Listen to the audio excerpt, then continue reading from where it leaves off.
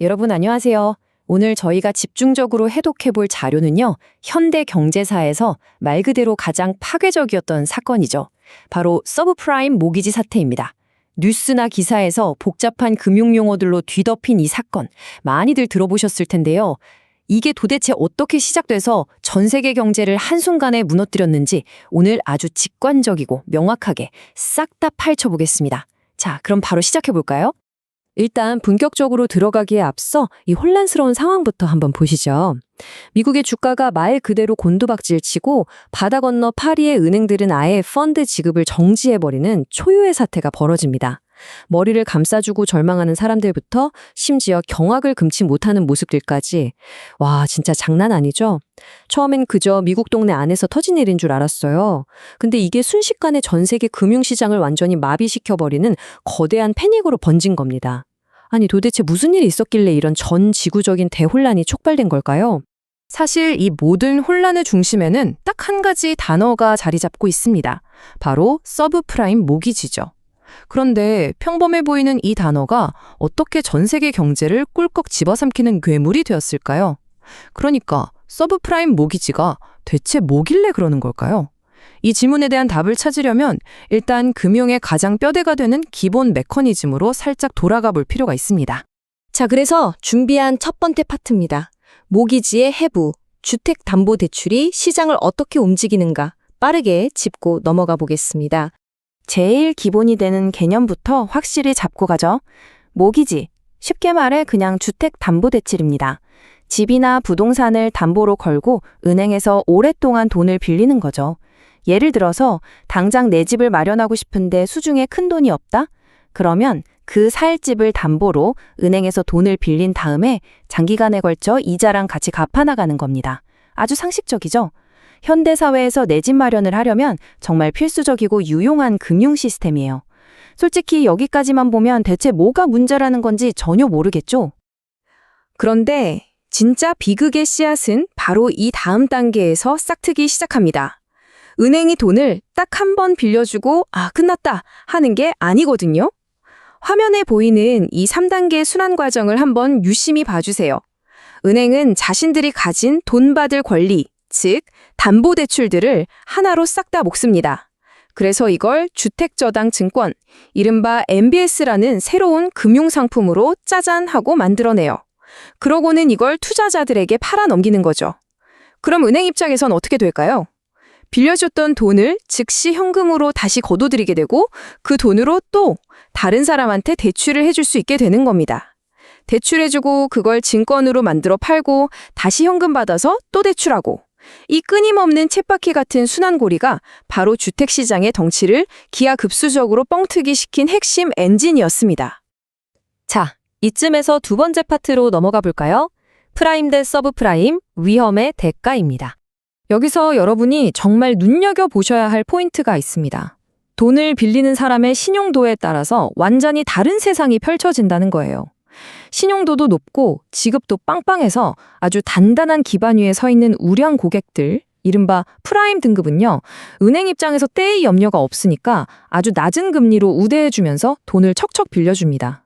그런데 반대로 당장 내일 어떻게 될지 모르는 위태로운 판자 위에 있는 분들, 즉 직업이 없거나 수입이 불안정한 사람들은 어떨까요? 이분들은 돈을 못 갚을 리스크가 너무 크기 때문에 서브프라임, 즉 비우량 고객으로 묶여버립니다. 그리고 은행은 그 위험을 감수한다는 명목으로 아주 가혹할 만큼 끔찍한 조건을 내걸어버리죠. 화면 꽉 채운 이 10%라는 숫자 보이십니까? 프라임 고객들이 낮은 이자로 여유 부릴 때 서브프라임으로 분류된 사람들은 무려 8%에서 최대 10%에 달하는 살인적인 고금리를 짊어져야만 했습니다. 신용이 바닥이고 당장 주머니 사정이 안 좋은 사람들일수록 오히려 훨씬 더 많은 이자를 내야만 돈을 빌릴 수 있는 상황. 와, 정말 모순적이지 않나요? 이게 바로 서브프라임 대출이 가진 가장 뼈아픈 현실이었습니다. 이 두 세상의 차이가 현실에서 어떻게 나타나는지 극명하게 보여드릴게요. 한쪽의 프라임 대출자는 낮은 금리 덕분에 아주 콧노래를 부르며 여유롭게 서류를 날리고 있죠. 반면 다른 쪽의 서브프라임 대출자들을 한번 보세요. 6%, 8%, 10%라는 이 무지막지한 이자율 바위에 짓눌려서 말 그대로 땀을 뻘뻘 흘리고 있습니다. 똑같은 대출 시스템 안에 묶여 있는데도 신용 등급 하나 때문에 완전히 극과 극의 세상을 살고 있는 거죠. 근데 여기서 진짜 큰 문제가 터집니다. 은행들이 아까 말씀드린 그 증권, MBS를 더 많이 만들어서 더 많이 팔아치우려고 갚을 능력도 안 되는 이 서브프라임 대출자들에게까지 무분별하게 빚을 막 퍼주기 시작했다는 겁니다. 드디어 마지막 세 번째 파트입니다. 글로벌 도미노 효과, 연결된 세계에서의 전염에 대해 살펴보죠. 자, 여러분, 한번 생각해 보세요.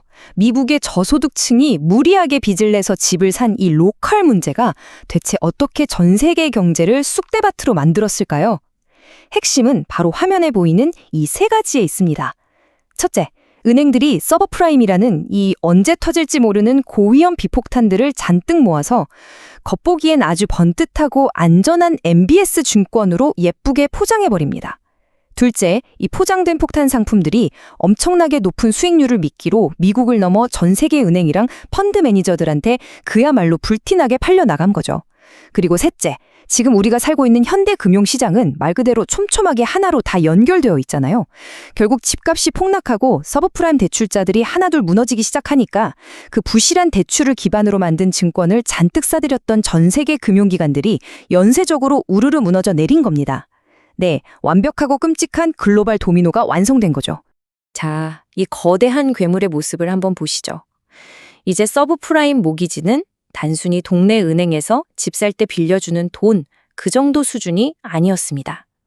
인간의 끝없는 탐욕, 복잡한 금융공학, 그리고 촘촘하게 엮인 글로벌 시장이 한데 뒤엉켜서 탄생시켜 버린 그 누구도 통제할 수 없는 서브프라임 몬스터가 되어버린 거죠.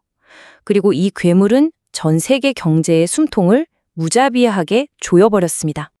오늘 저희가 준비한 자료 해독은 여기까지입니다. 평범해 보이던 주택대출이 어떻게 복잡한 증권으로 변신하고 신용의 격차가 어떻게 걷잡을 수 없는 위험을 낳아 전 세계적인 금융 전염병으로 번졌는지 그 숨겨진 구조를 낱낱이 파헤쳐봤습니다. 이 사건은 우리에게 아주 섬뜩한 교훈을 줍니다. 아무리 복잡하고 화려해 보이는 금융상품이라도 그 이면에는 결국 누군가의 아슬아슬한 빚이 존재한다는 것. 그리고 모든 것이 거미줄처럼 연결된 지금 세상에서는 바다 건너 전혀 모르는 사람의 위기가 당장 내일 내 지갑의 위기로 닥칠 수 있다는 사실이죠. 그래서 마지막으로 여러분께 이 질문을 하나 던지면서 마무리할까 합니다. 시장이 이토록 빈틈없이 연결되어 있고 금융공학은 하루가 다르게 진화하고 있는 바로 오늘날, 과연 우리의 복잡한 금융 시스템 그 깊은 곳 어딘가에 또 다른 이름을 한 몬스터가 조용히 몸집을 불리고 있는 건 아닐까요? 끝까지 함께해 주셔서 감사합니다.